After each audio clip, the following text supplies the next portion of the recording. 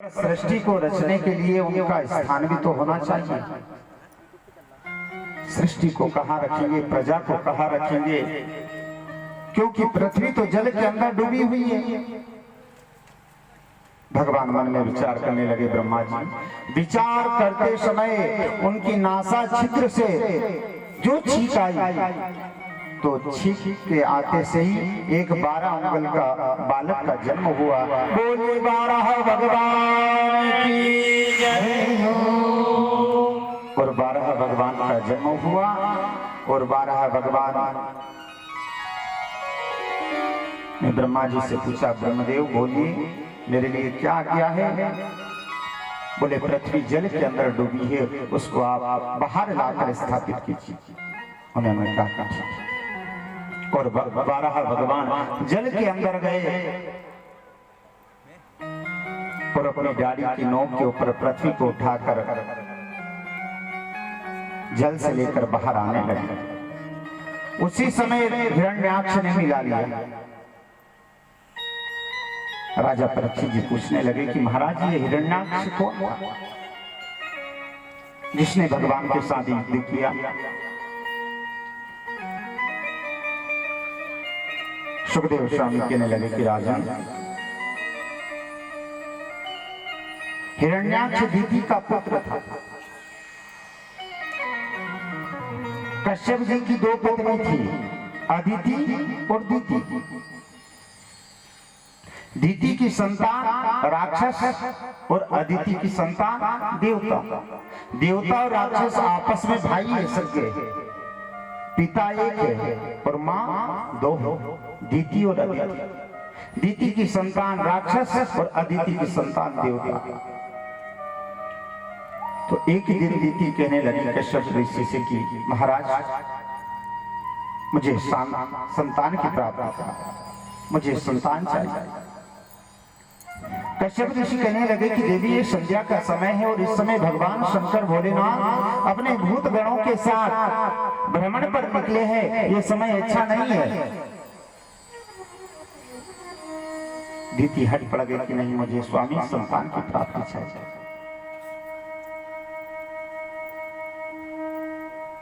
कश्यप जी ने अनोहनी को प्रणाम किया और दीति की इच्छा की पूर्ति की। स्नान आदि कर्म करके संध्या बंदन में लग गए। जब दीति को पता चला, पश्चाताप हुआ कि मेरे द्वारा बहुत निंदित कर्म हो चुका है, तो अपने पति के पास गई, आराधना करने लगी कि मुझे क्षमा करो, मुझसे बहुत बड़ा पाप कर्म हो गया महाराज। कश्यप जी कहने लगे कि दीति तुमने बहुत बड़ा पाप किया, दुष्टे, अब क्षमा याचना मांग रही हो। दीति जाओ, मेरा श्राप है कि तुम्हारे यहाँ 2 बालकों का जन्म होगा और वे बालक राक्षस होंगे। बोलिए गोपाल कृष्ण भगवान की जय। 2 राक्षस बालकों का जन्म होगा। दीति थर-थर कांपने लगी, घबराने लगी, क्षमा याचना करने लगी, प्रभु मुझे क्षमा करो। कश्यप जी कहने लगे कि दीति मैंने श्राप तो दे दिया, वचन दे दिया हूं कि तुम्हारे यहाँ राक्षसों का जन्म होगा, 2 बालकों का जन्म होगा और वे राक्षस होंगे। पर जब तुम क्षमा याचना मांग रही हो तो जाओ, तुम्हारे यहाँ राक्षसों का जन्म होगा, पर उनकी मृत्यु भगवान श्री हरि के प्रागट्य होने के बाद उनके हाथों द्वारा तुम्हारे बालकों की मृत्यु होगी। बोलिए गोपाल कृष्ण भगवान की जय। हरि के हाथों की मृत्यु है, ये वरदान है महाराज। दीति ने 100 वर्ष तक कश्यप जी के गर्भ को रखकर रखा, बालकों को जन्म नहीं दिया। सारे देवता घबराने लगे, तेज क्षीण होने लगा। ब्रह्मा जी से आराधना करी, ब्रह्मदेव ये क्या हो रहा है, सारा तेज क्षीण हो रहा है। जब कहीं जाकर 100 वर्ष के बाद दीति ने 2 बालकों का जन्म दिया, बालकों को जन्म दिया। जब बालकों का जन्म हुआ तो आंधी चलने लगी, तूफान चलने लगे, बड़े बड़े उत्पात होने लगे, भूकंप आने लगे। जब 2 बालकों का जन्म हुआ तो इस प्रकार के झटके आने लगे, हवाएं चलने लगी, भूकंप आने लगे, सारे देवता लोग घबराने लगे। ऐसा क्यों हो रहा है? तो ब्रह्मा जी ने कहा कि देवताओं, दीति के गर्भ से 2 राक्षसों का जन्म हुआ। बड़े बेटे का नाम हिरण्याक्ष रखा और छोटे बेटे का नाम हिरण्यकश्यप। और दोनों भाई बड़े पराक्रमी, बड़े बलवान थे, बलिष्ठ थे। हिरण्याक्ष चलते चलते वरुण जी की शोभापुरी के अंदर गया। वरुण जी से कहने लगा कि महाराज मेरे साथ युद्ध करो। तो वरुण जी ने कहा कि मैं तुम्हारे साथ युद्ध नहीं कर सकता। बोले क्यों? बोले तुम्हारे साथ युद्ध करने वाले तो भगवान हरि हैं, उनके अलावा कोई भी तुम्हारे साथ युद्ध नहीं कर सकता और तुमको युद्ध में हरा नहीं सकता, केवल नारायण के अलावा। बोलिए गोपाल कृष्ण भगवान की जय। तो वरुण जी से उनका पता पूछा कि वे कहाँ मिलेंगे। तोले सुतल लोक के अंदर गए, रसातल के अंदर गए, पृथ्वी को लेकर आ रहे हैं, जाओ और जाकर मिल लो। तब हिरण्याक्ष रसातल के अंदर गए, देखा तो परमात्मा पृथ्वी को अपने डाढ़ के ऊपर लेकर आए और पृथ्वी को ऊपर लाकर, जल से ऊपर लाकर स्थापित किया और उसमें अपनी सारी शक्ति समा दी। हिरण्याक्ष कहने लगा कि मेरे साथ युद्ध करो। भगवान ने कहा कि ठीक है हिरण्याक्ष। और हिरण्याक्ष भगवान के साथ युद्ध करने लगा। 12 भगवान के साथ घमासान युद्ध होने लगा। संध्या का समय होने लगा, सूर्य अस्ताचल पर जाने लगे, सारे देवता लोग घबराने लगे अब क्या होगा, क्योंकि हिरण्याक्ष को हराना बहुत कठिन है। और सूर्यास्त के समय देवताओं का बल कम हो जाता है और राक्षसों का बल बढ़ जाता है। देवताओं का बल कम हो जाता है। इसलिए कभी भी किसी पंडित से यदि पूछना हो, कुछ मांगलिक कार्यक्रम करना हो और कुछ पूछना हो तो सूर्यास्त से पहले पूछा जाता है। सूर्यास्त के बाद कभी पंचांग नहीं खुलवाई जाती है। इसलिए याद रखना, जो भी पूछना हो, जो भी मिलान करवाना हो, वो सूर्यास्त से पहले, क्योंकि उस समय देवताओं का बल रहता है और सूर्यास्त के बाद राक्षसों का बल बढ़ जाता है और देवताओं का बल कम हो जाता है। सूर्यास्त होने लगा।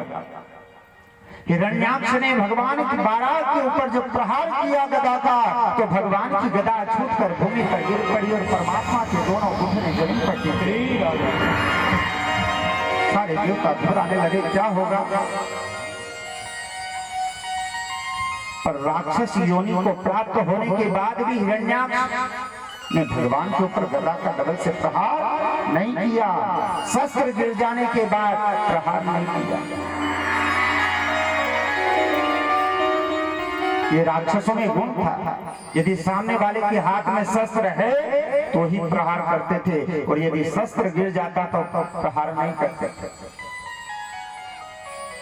आज के लोग नहीं, आज के तो मौका देखते हैं, पीछे से बात करते हैं। बोलिए गोपाल कृष्ण भगवान की जय। राक्षस योनियों को प्राप्त होने के बाद भी उनके अंदर ये गुण थे।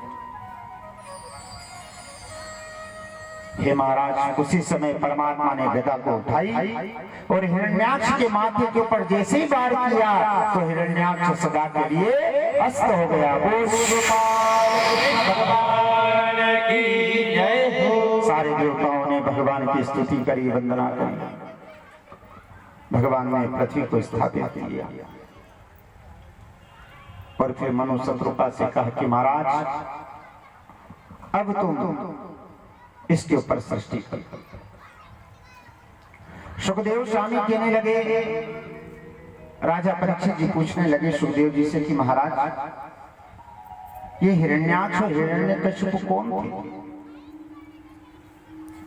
सुखदेव स्वामी कहने लगे कि महाराज, राजन, हिरण्याक्ष और हिरण्यकशिपु भगवान के पार्षद थे, जय और विजय। एक समय की बात है राजन, सनत सनंदन सनातन और सनत कुमार ऋषि जब परमात्मा के दर्शन करने के लिए वैकुंठ को गए तो उस समय जय और विजय ने बेत अड़ा दी, उन्हें दर्शन करने नहीं दिया। तो ऋषियों ने कहा कि आप हमें अंदर नहीं जाने दे रहे हो, द्वार पर रोक दिया, दुख हुआ। तो उन्होंने श्राप दे दिया कि जाओ तुम 7 जन्म तक राक्षस कुल में रहो, 7 जन्म तक राक्षस कुल में। क्योंकि कोई भी व्यक्ति यहाँ से चलकर यदि बद्रीनाथ जाए और बद्रीनाथ में जाकर यदि वो दर्शन करने जाए और वहां का पंडा यदि रोक दे कि अभी दर्शन नहीं होगा, तो हमको कितना बड़ा झटका लगेगा, कितना दुख होगा कि हम कहां से चलकर आए, कैसा रोड, कैसी खाई, कैसा पर्वत, और वहां जाकर यदि पंडा हमें दर्शन ना करने दे तो कितना दुख होगा। उसी प्रकार सनत सनंदन सनातन सनत कुमार ऋषि जब ये दर्शन करने के लिए गए तो उन्हें रोक दिया, उन्हें दुख हुआ तो उन्होंने श्राप दे दिया कि जाओ तुम्हें 7 जन्म का राक्षसी जीवन व्यतीत करना पड़ेगा। परमात्मा को आवाज आई कि द्वार के ऊपर हल्ला हो रहा है, चलो चलकर देखे। जैसे द्वार के ऊपर आए तो ऋषियों को देखा, चारों ऋषियों ने प्रणाम किया। भगवान कहने लगे क्या बात है, क्यों इतना हल्ला हो रहा है? चारों ऋषि कहने लगे कि महाराज हमारे द्वारा बहुत बड़ी गलती हो गई। बोले क्या गलती हो गई? बोले हमने आपके पार्षदों को श्राप दे दिया, हमसे बहुत बड़ी भूल हो गई। भगवान कहने लगे कि तुम्हारे से भूल नहीं हुई, ये श्राप तुमने नहीं दिया, ये श्राप तो मैंने दिलवाया है तुम्हें निमित्त बनाकर।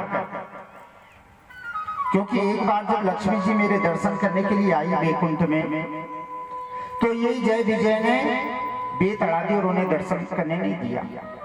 श्राप तो मैं उसी दिन दे देता इनको, पर क्या है कि जो व्यक्ति है ना, पेड़ लगाता है, छोटे से बड़ा करता है, जल डालता है, सींच कर बड़ा पेड़ करता है, और उसके हाथ में यदि कुल्हाड़ी दे दो कि इसको काट दे तो वो नहीं काट सकता, क्योंकि उसने छोटे से बड़ा किया, कैसे काटेगा। उसी प्रकार परमात्मा ने कहा कि ये मेरे पार्षद है जय और विजय, मैं इनको श्राप नहीं दे सकता, इसलिए मैंने तुम्हें निमित्त बनाकर और तुम्हारे द्वारा इनको श्राप दिलवाया।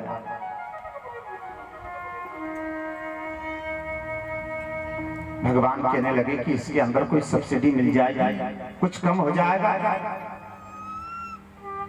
तो चारों ऋषियों ने कहा कि महाराज भगवान, यदि ये आपसे प्रेम करेंगे तो 3 जन्म के अंदर ही ये राक्षस वृत्ति को छोड़कर और तुम्हारे द्वार पर आ जाएंगे, राक्षस योनि को छोड़कर तुम्हारे द्वार पर आ जाएंगे। और तुम्हारे से यदि द्वेष रखेंगे, दुश्मनी ठानेंगे, तो 7 जन्म तक राक्षसी वृत्ति जीवन व्यतीत करना पड़ेगा।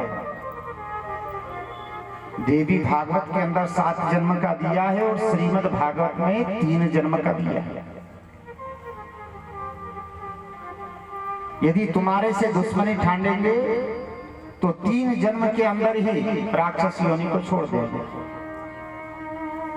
और प्रेम करेंगे तो 7 जन्म तक इनको रहना पड़ेगा जीवन में। तो जय और विजय ने एक दूसरे को देखा, परमात्मा को देखा, और कहने लगे कि हम तो तुम्हारे साथ दुश्मनी अच्छी ठीक रहेगी, ताकि 3 जन्म में छोड़कर तुम्हारे द्वार पर वापस तो आ जाए, इसलिए तुम्हारे साथ दुश्मन का स्वभाव है, दुश्मनाई रही। भगवान ने कहा तो यही जय और विजय एक जन्म के अंदर हिरण्याक्ष और हिरण्यकशिपु और एक जन्म के अंदर रावण और कुंभकर्ण, और एक जन्म के अंदर दंतपाल और शिशुपाल, दंतवक्र और शिशुपाल का जन्म लिया। ये 3 जन्म हुए। सुखदेव जी कहने लगे कि राजा, यही हिरण्याक्ष और यही हिरण्यकश्यप है जय और विजय, जो इनको श्राप लगा और श्राप के द्वारा राक्षस योनि के अंदर आए और 12 भगवान के द्वारा हिरण्याक्ष का वध हुआ। बोलिए गोपाल कृष्ण भगवान की जय। हे महाराज, मनु जी महाराज ने, मनु और शत्रुपा ने मिलकर सृष्टि की रचना प्रारंभ की, और मनु और शत्रुपा के द्वारा ही हम मनुष्य